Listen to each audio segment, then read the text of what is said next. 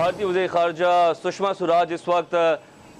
Live مناظر آپ دیکھ سکتے ہیں اپنی اسکرین پہ، وہ جہاز سے اتر رہی ہیں اور پاکستانی ڈیلیگیشنز ان کا استقبال کر رہے ہیں۔ ایک بہت بڑا بریک تھرو بھی سمجھا جا رہا ہے کہ 2011 میں 2014 کے بعد سے جو وزیر خارجہ کی میٹنگز پاکستانی اور انڈین منقطع ہو گئی تھی، اس کے بعد یہ سشما سوراج آج پاکستان پہنچی ہیں اور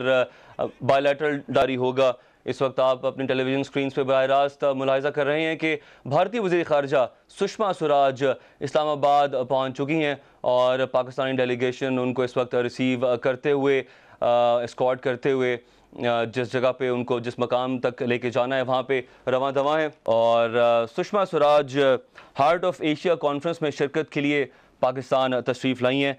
اس سے پہلے ہم آپ کو یہ بھی بتاتے چلیں کہ تھائی لینڈ کے شہر بینکاک میں پاکستان کے national security advisers Ajit Doval اور lieutenant general retired Nasir Khan Janjua کی بھی ملاقات ہوئی تھی اتوار کے دن۔